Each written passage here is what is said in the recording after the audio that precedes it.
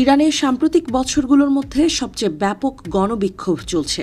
এই আন্দোলন দমনে কঠোর অবস্থান নিয়েছে দেশটির ক্ষমতাধর নিরাপত্তা বাহিনী ইসলামিক রেভলিউশনারি গার্ড কোর বা আইআরজিসি।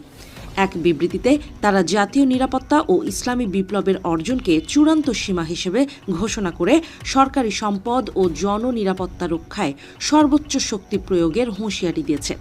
মার্কিন প্রেসিডেন্ট ডোনাল্ড ট্রাম্পের নতুন সতর্কবার্তা এবং যুক্তরাষ্ট্রের পররাষ্ট্রমন্ত্রী মার্কো রুবিও ইরানি বিক্ষোভকারীদের প্রতি প্রকাশ্যে সমর্থন জানিয়েছেন। এরপরই তেহরানের পক্ষ থেকে এই কড়া সামরিক অবস্থানের ঘোষণা আসে।